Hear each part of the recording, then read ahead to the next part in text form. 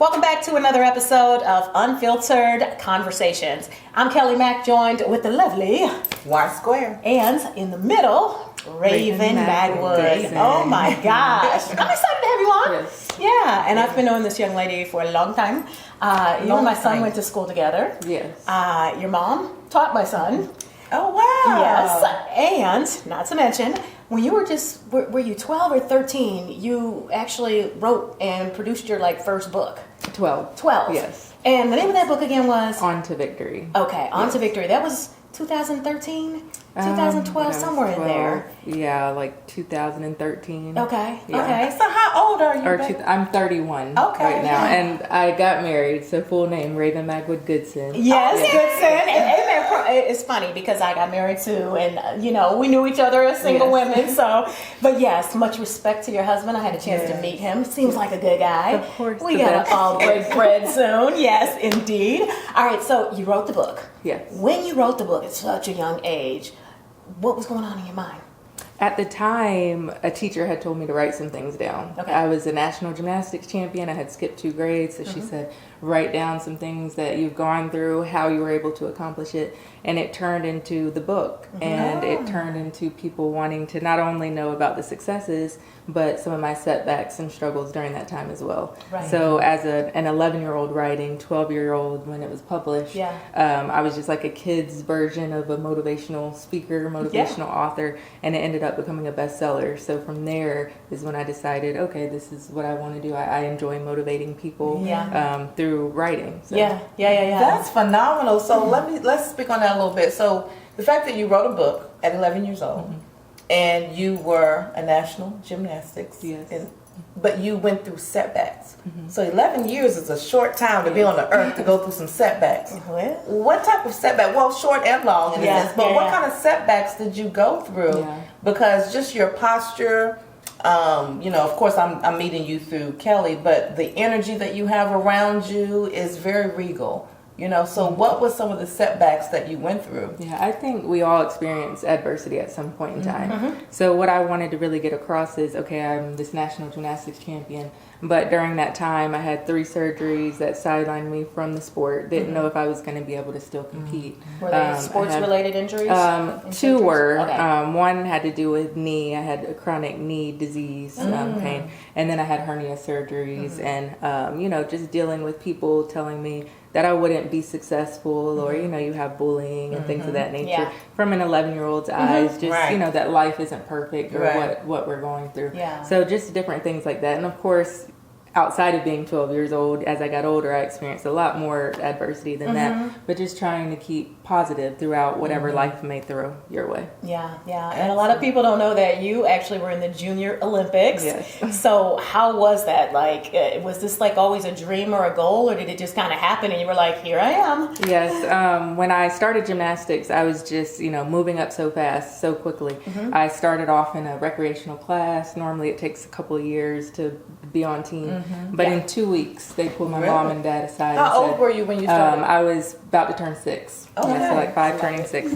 And they said, no, we want her on team. And that never happened. Have you always been athletic? I guess just kind of naturally athletic. And so they put me on team. And then within the first year, I was winning medals. I was skipping levels. So by the time I was 10, I was a level 10 gymnast, which is the highest level that you can go in gymnastics. So when I was 12, I actually made the Junior Olympics, and I was the youngest person from South Carolina to ever do that. Excellent. That's awesome. That is excellent. Awesome. Yes, I love it. Yes. And motivational speaker. Of course, this is something that you tapped into as well. Right up my alley. I am a transformational architect, which is a mindset coach. Yes. So speaking life into people, speaking life into situations, helping dealing with navigating, making sure your mindset is in the right space when you've gone through trauma or when you're just dealing with life, and then building from that. So it looks like you have a very strong family support system and team around you to keep you focused. Yes. And so through that journey, it looks like you've kind of morphed into some other things within your career, right? Started with writing the book, doing gymnastics, and then what? The books led to motivational speaking. I gave my first speech for Stedman Graham, which is Oprah Winfrey's partner, and got a standing ovation. Nice. And so I was like, okay, I can do this. I was nervous as I don't know what. I like threw up before the speech because I was so nervous. But I was like, okay. And then I kept giving a few speeches after that. And then I gave a speech, still was 12 years old. It might have been my third or fourth speech. And a man had come up to me afterwards. It was at a church. And he was like in his 40s. My dad's standing next to me, and he had tears in his eyes. Oh. And so I'm just wondering, you know, like, what's going on? Right. Why are you crying? Why is he Like, was crying? my speech that bad? Right. Like, what's going on? And he said that he had tried to commit suicide 3 times in his life. Oh. And he said, I was actually planning on going home today and trying again. Oh, my gosh. But he said after just seeing a 2-year-old be so passionate about life and giving the speech that you gave, he said, I promise you right here, right now, I'll never try to take my life again. Oh. And so that was kind of the moment for me at 12 that I was like, wow, like maybe this is why God put me on this earth to inspire people in whatever way that may be.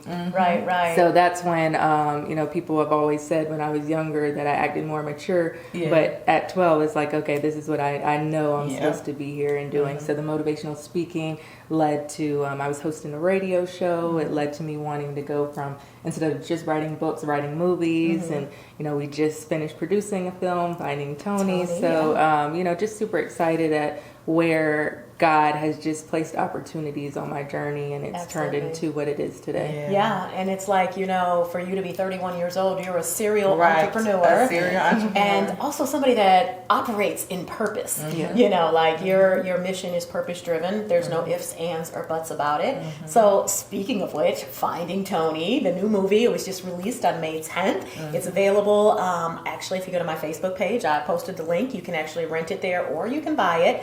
But let's talk about Finding Tony. Like, when you look at the trailer, it looks like a major film production. Yes, it truly does. So kudos for not another bootleg production. Right. Even if the budget wasn't high, the quality of what you wanted was phenomenal. It really was. Thank you. So let's talk about the inspiration of Finding Tony. Yes, it started off, I wrote the first version of the script when I was just 15. Oh, wow. So it started off, I wanted to make like a female Remember the Titans. Okay. I was really just kind of, that's my favorite movie, and I wanted something along those lines.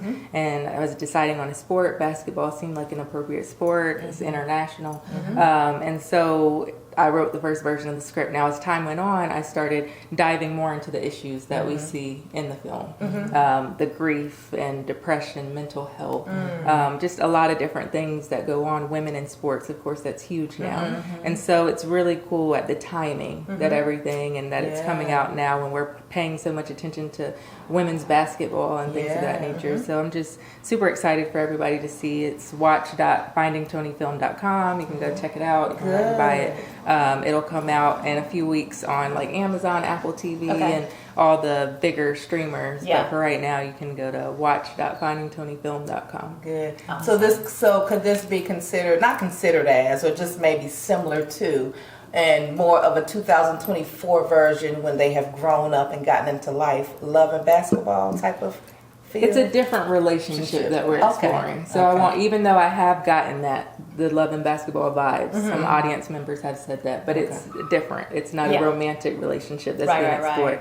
But yes, we wanted to keep the 90 type of vibes there. We didn't want to dive too much into all like the social media and everything. We wanted to keep it as genuine, authentic as possible, and not date the film. Right. And what I got kind of from the trailer was that it's kind of more of a inspirational type of film. You have a coach, a male coach, who is going through some heavy duty stuff, and then you have a young lady who has gone through her trauma, and the two of them meet on the basketball court, and he ends up coaching her, and they do phenomenal things with the team and so on and so forth. So I think it's like one of those movies that the whole family could sit down and watch and have some popcorn. Yes, most definitely. You want your whole family to watch. And we've gotten great reviews from dads and moms who are saying that it's even helping to strengthen the relationship with their kids. And, that's awesome. So it's cool that it's inspirational. It's family friendly. Definitely for your weekend movie night. Definitely watch.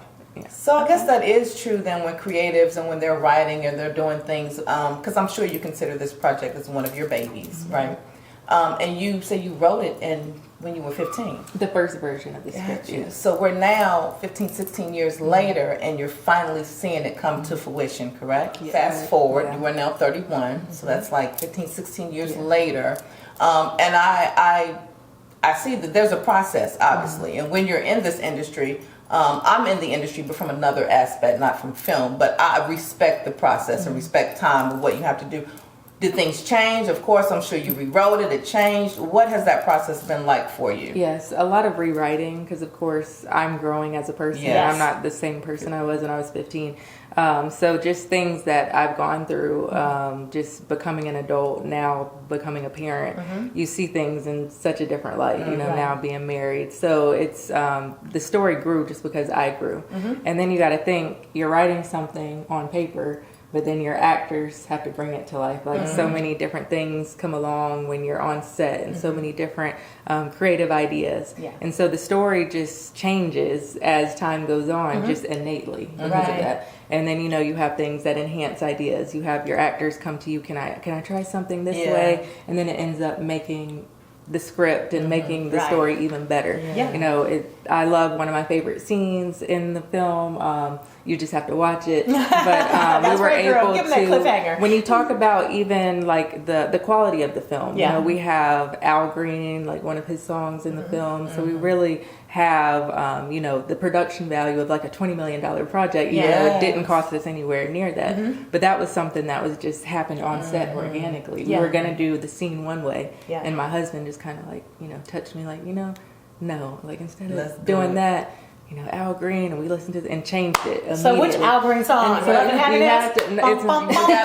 gotta watch. But it's just a testament to how it's a growing, moving thing, you know. And the film that we have now could not have happened without just being collaborative in that manner. Like the script I wrote at 15 and the movie you see, I won't say they're completely different, but it's so much better because of all of the additions and everything. You've evolved. So you talked about budget, and you were like, you know, $30 million film, you would think. However, we didn't have that kind of budget. So let's talk about budget. You know, there's a lot of filmmakers out there. There's a lot of artists out there, and they feel like they just can't find their footing or get their start because of budget constraints, financial constraints. So how did you get the money together to put this to life? Well, for one thing, for those looking for advice in that aspect, I always say to just start. You know, you have to take the first step in faith, and then things will come together. Even if you're creative and you're trying to put something together on YouTube or whatever it is, don't not start because of that. Now, I'm very fortunate enough to have, you know, the best support system in the world. You know, I talk about my husband a lot. He's one of the film's executive producers. So to have a spouse to believe in you enough to say, you know, because some people, they just don't believe in your dreams. But, you know, like my husband's like, if this is what you want to do, I got you. So he's an executive producer. My mom is an executive producer. We were able to pull Anthony Davis to be an executive producer. And he's a basketball NBA player, right? Yes. So, you know, to have that support from family and then to, by the grace of God, get the distribution support. And, you know, him as an executive producer, everything was able to come together. But I did have to take the first step in faith because we didn't have all the budget there when I started casting and, you know, wanting to have certain people play certain things. So I always say do the most with what you have where you are and you'll end up where you need to be. Exactly. And just a little education here, executive producer, EP. A lot of people get that, you know, misunderstood. But usually those are the people behind the scenes helping to fund the money and the movie to bring everything together. So your executive producers, you know, sometimes it's just a name, you know, maybe you have someone to give an idea or something, but for independent films, your executive producers are writing the checks. So when I say, oh, my husband was executive producer, like that, I mean, when I say he believed in me. He believed in you, baby. So that's something real. Like my mom, same thing. Like some parents, you know, they'll just, figure it out. And, you know, she came in as well. And like I said, outside of my family, Anthony Davis was another executive producer. So, you know, I thank God that we were able to pull it together. As an independent film, we had a lot of adversity. Yeah, I'm you sure. know, we would lose locations on set, and I would have to rewrite things overnight to fit the new location. And, you know, it was just a lot. But by the grace of God, we were able to finish. Now the film's out. You got to go see it. We've gotten amazing reviews. So it's super exciting to see so many people enjoy the film. Absolutely. And so what's the next stage for the film? Is it to be in the movie theaters, or are you going to keep it, pushing it independently? Yes, we've done theatrical screenings for the film. We had a big 2-screening night show in Atlanta. We did LA. We've done film festivals. We've won awards on the film festival circuit. So we've done a lot of theatrical screenings. Right now it's on the website exclusively for about a month or so. And then June 18th, it'll be on Amazon, Apple TV, DirecTV, you know, pretty much everywhere. So excellent. I am so excited for you. I know. I'm so proud of you too, because this is all coming to life at age 31. So you're still so young. How long have you been married now?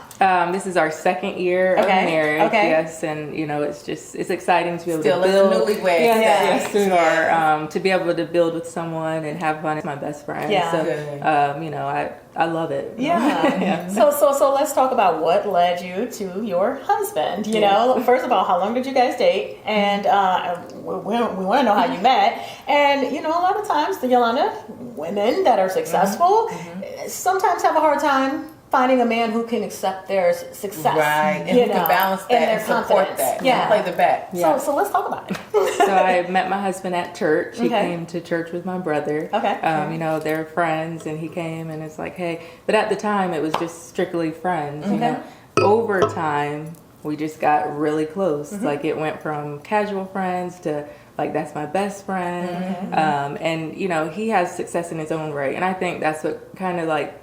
You know, like he was never looking at me like, oh, you know, she's too busy or whatever. Like he, NFL football player, like he has his own thing going. So it was like, I think he thought that was cool. Like I had my own thing going. Like I wasn't all after him. Like, what are you doing? Where are you at? Like I'm working on my book while you're at practice or whatever it may be. So we just became like best friends. So then he asked me to be his girlfriend. Literally it was like months later he proposed. Eiffel Tower in Paris, he did it right. Wow! And he did not go to Jared. No, he didn't go to Jared. He didn't go to Jared's. And then we were engaged about a year, got married, and like I said, he's my best friend, like number one supporter. Like so, I couldn't ask for anyone better. And now just to be on the journey, and we can build together. And now like he's executive producing films, I'm able to write, and we can like build. Like that's the best feeling in the world. It's the best feeling to have that tag team with your partner for sure. I totally. So are there other projects that you have that you wrote 10, 15 years ago maybe that are going to be coming to life after this one? There's other screenplays that I've written. Right now we're just kind of really into finding Tony and putting that out there. A film that I wrote a few years ago, Haunted Trail, that came out on BET. It was directed by Robin Givens. So that did How was it working with her? It was fun. It was my first film experience. So I learned a lot just being on set, seeing how she did things, seeing how the other actors did things. That was like my film school. So I was able to take a lot from there into Finding Tony. But even Finding Tony, we were learning. I was learning. So it was just a lot of fun.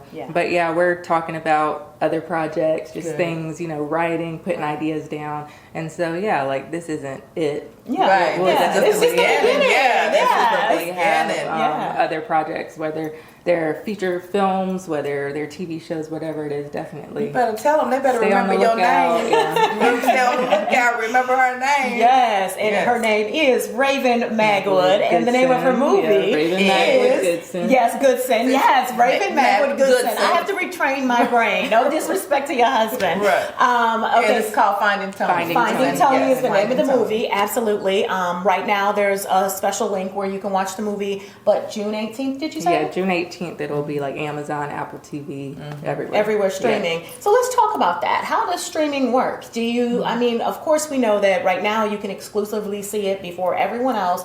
by paying, a small fee. But once it goes on the streaming platforms, how are you compensated? Yeah, it's TVOD, so it's still like, you rent, you buy, like you do any other film that comes out. So it's not like in the free subscription category. Right, you still right. have You to go to pay Amazon and you can rent it or buy it for a certain amount. Yes. Got it. And same thing, Apple TV and everywhere else. Good. Got So it. then that's what we need you all to do, is to go and make sure Yes. that you rent, support independent film, independent Black female producer. Yes, and, absolutely. Yeah. It's a porter. I mean, we don't see this often at all. We don't. Especially a 31-year-old woman of color out here saying, I'm directing films. And you know what? I got some heavy hitters on my team. Right. So that's great. Let's go ahead and learn a little bit more about you and have some fun.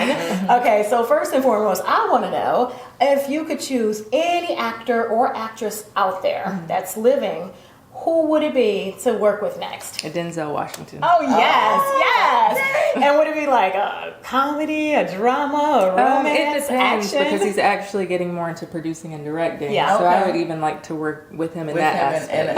On the project. But I mean, Denzel is good in whatever role he plays. But that's my favorite actor. Good. He's mine too. Good. So did you go to film school? I did not, and so that's why I say, like, don't limit yourself or think because you didn't go to a certain school or whatever that you can't do certain things.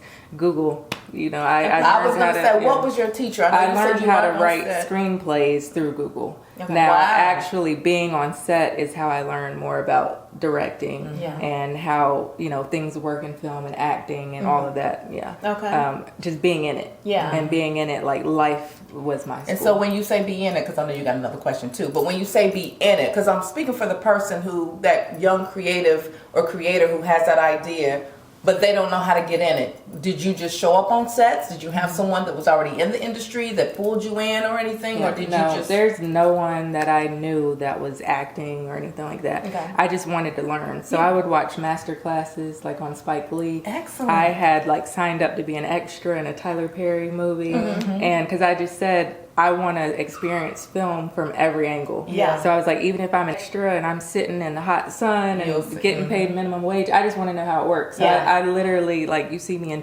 for 2 seconds in the movie Good Deeds by Tyler Perry. But I learned a lot just being on set that day. Yeah. So I'm just like a student. Yeah.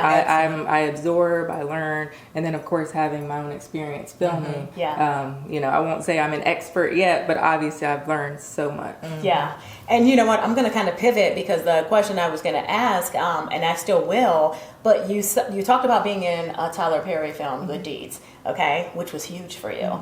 And, for those watching that are aspiring actors and actresses, a lot of people don't understand the footwork that goes into getting a 2-second role in a Tyler Perry film or even a C film. Right. So let's talk about that. Let's talk about the resume. Let's talk about the reel. How did you present yourself, and how did you get in front of the decision makers that made the decision to say, we're going to give you this role? It really goes back to what I said, taking the first step in faith. Because, I didn't have a speaking role. I don't even think I'm in the credits. It was an extra role. But I saw, they post things. Like, we're looking for extras. Right. There's a movie with Gabrielle Union and everything. So I'm like, okay. I submit my picture. They wanted a little blurb about myself. Okay. So I... So those posts are real. Oh, no, you see they're them real. come down social media. And a lot of times people are like, no, and this I'm might not be a going to scam. say, I don't... You have to research where the links are coming from. For me, it was coming from Tyler Perry Studios. So I knew. And then I think within 24 hours, I got an email saying, we want you to come to set Friday. Nice. Good. And I ended up they used my car in the scene. So it was kind of cool. So did you get paid for this? Oh yeah, I got paid. I with no speaking role, but I got paid and it was fun. Okay. And, I got to see Gabrielle Union work. I love her. Yeah. She's one of my faves. Yeah. Okay, good stuff. So then my other question I was going to ask you is, I know you produce, I know you act. Do you have an even passion for the two, or do you kind of lean one way or the other? So acting was like a I was in Haunted Trail and it started off as a joke. Okay. I don't consider myself an actress, don't want to be an actress. Okay. I like being behind the camera. Okay. So writing, directing is where it's at for me. Okay. Yeah, definitely. I just like to see things unfold and come together and kind of be able to pull the strings to make a great product. And you enjoy the process, the part that maybe tedious for other people. Yes, You I actually enjoy do thinking enjoy. and creating your characters and the life and making all the continuity, how they connect with one another. To me, it's fun. That's good. That's excellent. That's thank excellent. you. Yeah. So It's a lot of fun. Good stuff. So where do you go to get away from it all? Me and my husband like to travel, so we've been to a few different places. what's your favorite place that you've been to? I don't know. Obviously, we got engaged in France, Right, so that's right. like a memorable moment. But Mexico, we had a Mexico trip. We went to Cancun, and it was just the two of us, and we Okay. just had the time of our lives. Nice. So when I think about like a true vacation, letting loose, we Yeah. didn't have a care in the world. Good. That was one That of the was it. top. Yeah. Okay. And did you guys like go out on the town, or did you just kind of like stay? Our at the last resort? night we did. Our Okay. last night we did I think it's called the Coco Bongo or something. Okay. Yeah, but we did that like the last night and walked, the streets and stuff. Yeah. But the other days we were on the resort Yeah. enjoying that all-inclusive Yes, resort. yes. Like we enjoyed it to the max. Okay. Right. But it was Which just, you're supposed to. just a lot of fun because we both just work hard and, just to be able to say we're going to relax, no computer, no nothing. Like it's And just just us two disconnect and from the world. just have fun. And, What about children? You have children? Yes. So being a mom is awesome, to be able to look at your kids and see them look up to you. And I want to be an inspiration to them. Yeah. And so, just being able to be a unit with my husband and build a family, is so important Yeah. to us. And how many kids do you have? 2. Two. Yes, Okay. yes. Good. All How right. old So are you- they? Yes, I have, how old? She'll be 1. Okay. Yes. And then a bonus daughter. Okay. She's 4. Oh, that's awesome. So they probably get to grow up together. Yes. Be best friends. Yes. Do you want sisters. more? Oh, of course. Yeah. we're Good. We have, like, a building this magic team. number? There's no magic number, Okay. but we definitely want more. It's fun for us being parents and seeing them grow. And, Yeah. it's really cool. Okay. All Excellent. right. Awesome. All right. So biggest regret in life? I don't have any regrets because I think that everything that we go through, it serves as a purpose. Yeah. Everything is a lesson. It's not a loss, it's a lesson.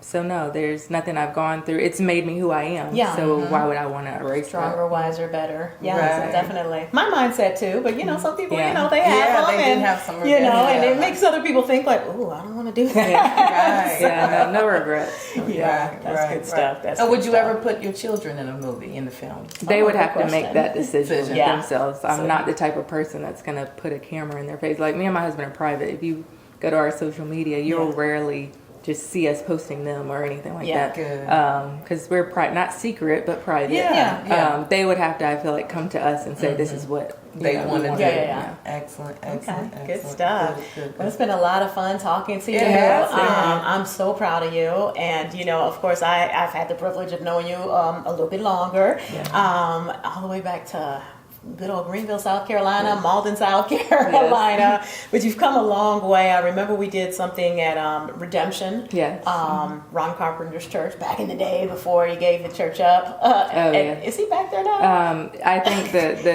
the leadership change is a different church now. Yeah, Yes. like John Gray Yes. is now there. Yes. Okay. So, anyways, but I remember you were doing something. And it was the motivational. student, it was the student athlete summit. Yeah. Had Eric Thomas come out and Yeah. speak, the hip hop preacher. Yeah. Okay. He came and spoke. We had some athletes come. I spoke. So it was really a good time for the kids. And you've been doing this a long time. Yes. So I just want to give you kudos. Thank you. I know you've been doing it since you're 12. I know you're 31 now, and it might seem mid-career to you, but it's not. It's still Right. beginning, It's okay? just the beginning. It's just the beginning. Yes. Well, thank you all again for watching Unfiltered Conversations. Please go and subscribe, share, like.